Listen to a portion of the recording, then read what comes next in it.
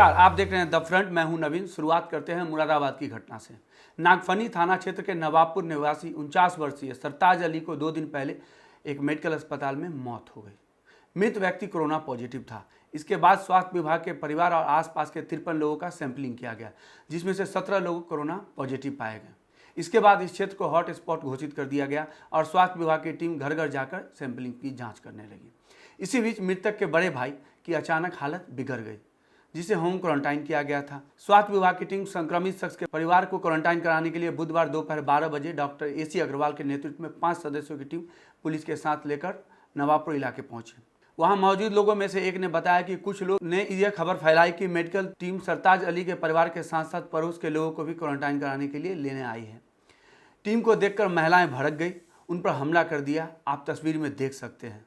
आपकी जानकारी के लिए बता दूं कि इस परिवार के लोगों ने मेडिकल के स्टाफ के साथ जाने के लिए राजी हो गए थे और वो एम्बुलेंस में बैठ भी गए थे। बताया ये जा रहा है कि जो लोग पुलिस और स्वास्थ्य कर्मी पर हमला किए थे, उन लोगों का कहना ये था कि लोग यहाँ से हमें ले जाएंगे क्वारंटाइन के लिए और हमें कोरोना का इंजेक्शन दे देंगे, जिससे हमें कोरोना हो जाएगा। आप समझ सकते हैं कितने भ्रमित हैं ये लोग। कोरोना पॉजिटिव था, वो ख़त्म हुआ, तो ये होता है कि उसके जो फर्स्ट कांटेक्ट के लोग हैं उनको क्वारंटाइन किया जाए ताकि उनका सैंपलिंग किया जा सके। तो पुलिस ने कल उनकी पत्नी और बड़े बेटे को तो उठा लिया था, लेकिन उसके 2 बेटे भी रह गए थे घर में और एक उसका भाई जो उसी घर में रहता है। तो हम सुबह थाना नागफनी पहुँचे, वहाँ से हमने फोर्स ली और फोर्स लेके ये तय हुआ कि चूँकि उसी घर में इमरान रहता है, महिला और बच्चे भी फ़िलहाल छोड़ दिए जाएँ, उन्हें नहीं लिया जाए। उनका सैंपलिंग हम घर से करा लेंगे, लेकिन इन पुरुष जो है उन्हें ले लिया जाए। और एक भाई उनका और है सरताज का जो था, उसका बेटा जिसने कंधा दिया था। तो बस हम 4 लोगों के लिए पहुँचे, उन लोगों को हमने संपर्क किया, वो तैयार हो गए हमारे साथ आने के लिए। उसमें से एम्बुलेंस आने में लगभग 15-20 आधा घंटा लग गया होगा।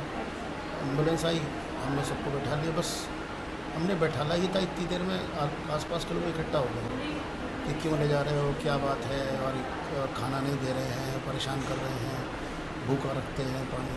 भैया ऐसा कुछ नहीं है, और आप DM साहब से पूछो अगर ऐसी कोई बात है तो वो ज़िले के मालिक हैं, बता देंगे आपको कुछ। लेकिन फ़िलहाल ऐसी कोई कुछ खबर है नहीं, आपको गलत खबर है। बस इतनी देर में आकर बैठे होंगे, बस इतना ही हुआ था कि एकदम वो हल्ला हो गया, मारो मारो मारो मारो मारो। बस वो एम्बुलेंस, वो चारों एम्बुलेंस उतर के भाग गए अपने घर और एम्बुलेंस वाला एम्बुलेंस लेके भागा। तो एक फार्मासिस्ट हमारे साथ, जो मैं और एक फार्मासिस्ट अप्रैल में थे, तो फार्मासिस्ट तो उस गाड़ी में भाग गया, मैं रह गया अकेला।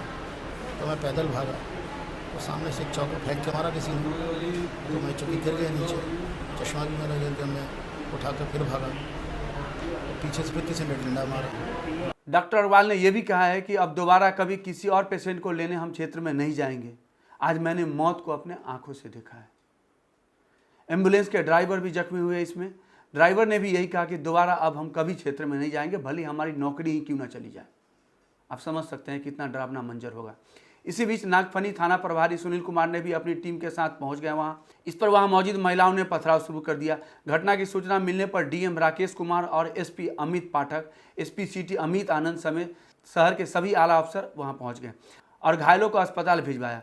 SP अमित पाठक ने बताया है कि हमलावरों के खिलाफ केस दर्ज किया गया है और जिन लोगों के हिरासत में लिया गया है उनसे पूछताछ की जा रही है। पुलिस का कहना है कि ड्रोन कैमरे की मदद से पकड़े गए लोगों की पहचान की गई है। इलाके में भारी मात्रा में पुलिस बल तैनात है। हिरासत में लिए गए 17 लोगों के खिलाफ IPC धारा 147, 148, 149, 188, 269, 270, 332, 353 और 307 और अन्य धाराओं में अभियोग दर्ज कर लिया गया है। पुलिस टीम ने पत्थरबाजी की घटना के बाद मोहल्ले में सघन तलाशी अभियान चलाया है।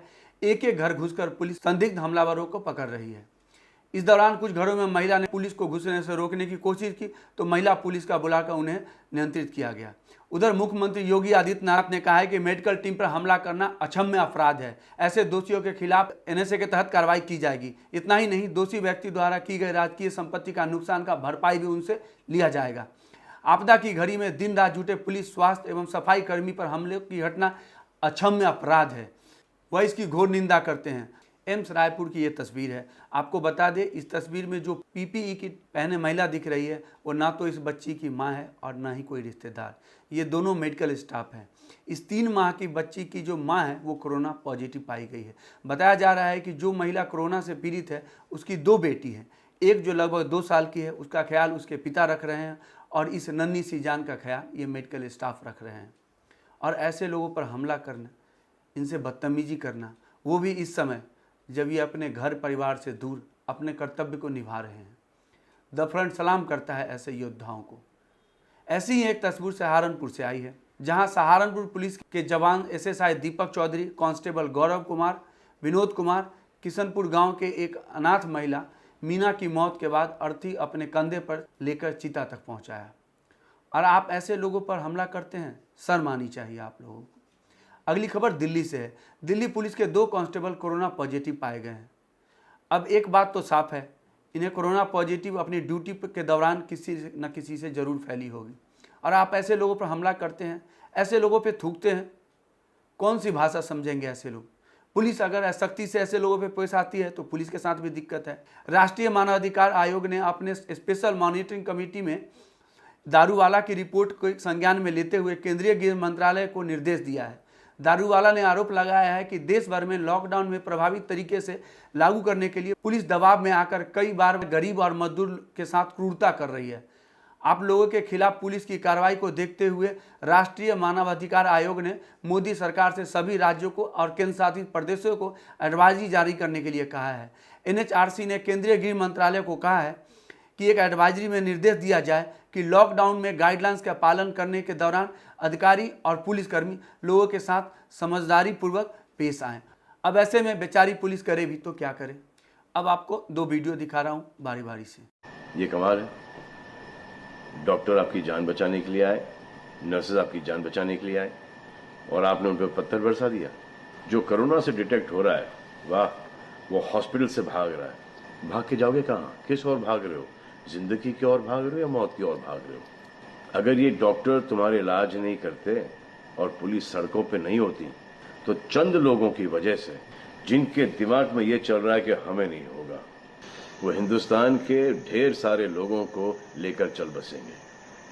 देखो, मैं उनकी बात समझता हूँ जिनके पास कुछ खाने को नहीं है, बच्चों को खिलाने को नहीं है। अब उन्हें मैं सलाम करता हूँ, क्योंकि वो भी ये जानते हैं कि परिवार गुजर जाने से बेहतर है कि ये बिना खाए पिए ये वक्त गुजर जाए।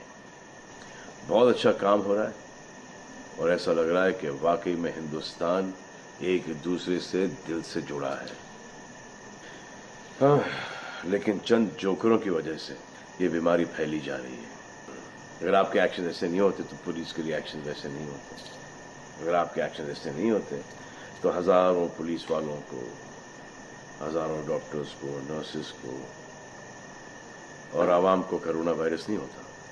इतने लोगों का काम तमाम नहीं होता और अभी तक हम सब वापस से काम पे लग गए होते। चाइना से शुरू हुआ है, चाइना में कब का ख़त्म हो गया, लेकिन इन चंद लोगों की वजह से पूरा हिंदुस्तान एक लंबे समय के लिए घर पे बैठेगा। मान लिया बड़े ताकतवर हुआ, बड़े बहादुर हुआ, कितने बहादुर, इतने ताकतवर हुआ आप कि आप अपने परिवार वालों को कंधा दोगे, उनकी अर्थी उठाओगे। इतना जिगर है आप। क्यों आप यमराज और मलिकुल मौत बनना चाहते हो और क्यों अपने परिवार के लोगों पे इन्ना लिल्लाह है और राम नाम सत्य है पढ़ना चाहते हो। हर बात के 2 पहलू होते हैं, इसके भी 2 ही हैं। एक पहलू यह है कि हम सब रहें, दूसरा पहलू यह है कि कोई ना रहे। आप डिसाइड करो। वालेकुम, सत श्री अकाल, नमस्ते। नींद नहीं आ रही मुझे, कसम खुदा की 3-4 दिन हो गए सोया नहीं हूं। क्योंकि क्या हो रहा है, चींटी मर गई, मुसलमान जिम्मेदार है। हाथी मर गया, मुसलमान जिम्मेदार। किसी नेता के घर बच्चा पैदा हो गया, मुसलमान जिम्मेदार। दिल्ली में अर्थक्वेक आया, सारे मुसलमान जमीन के नीचे घुसे और इसे हिले तो अर्थक्वेक आ गया। हर चीज के लिए हिंदुस्तान में मुसलमान जिम्मेदार। लेकिन यह साजिश कर कौन रहा है, कभी सोचा है आप लोगों ने? यह साजिश हिंदुस्तान में इसलिए हो रही है क्योंकि बीजेपी कर रहा है। अब देखो, देश के लोग तो मैं अपनी लैंग्वेज में कुछ कहना चाहता हूं। हिंदुस्तान के जो बाकी के लोग हैं वो चूतिए। क्यों बताओ? क्योंकि सरकार ने इनको बना दिया चूतिया। कैसे? सरकार ने कोरोना, क्योंकि कोरोना पे सवाल उठने वाले थे। अब क्या है, हिंदू भी है, मुसलमान भी है, सिख भी है, सबकी जब जान जाती है ना, खुद का बच्चा कोरोना से बीमार होगा, कोई घर में बीमार होगा, तो ये बीजेपी है, भगवान कुछ नहीं देखेंगे, फिर ये लोग सब पूछेंगे।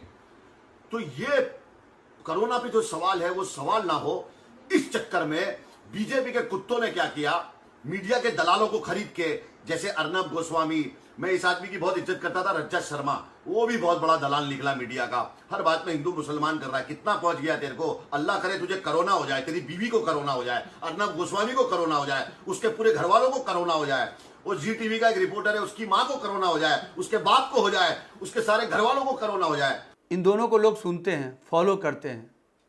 फैसला अब आपको करना है, किसकी सुननी है और किसकी नहीं सुननी है। अपना ख्याल रखिएगा। नमस्कार। सब्सक्राइब कर लीजिए हमारा YouTube चैनल द फ्रंट और बेल आइकन दबाकर नोटिफिकेशन जरूर लीजिए।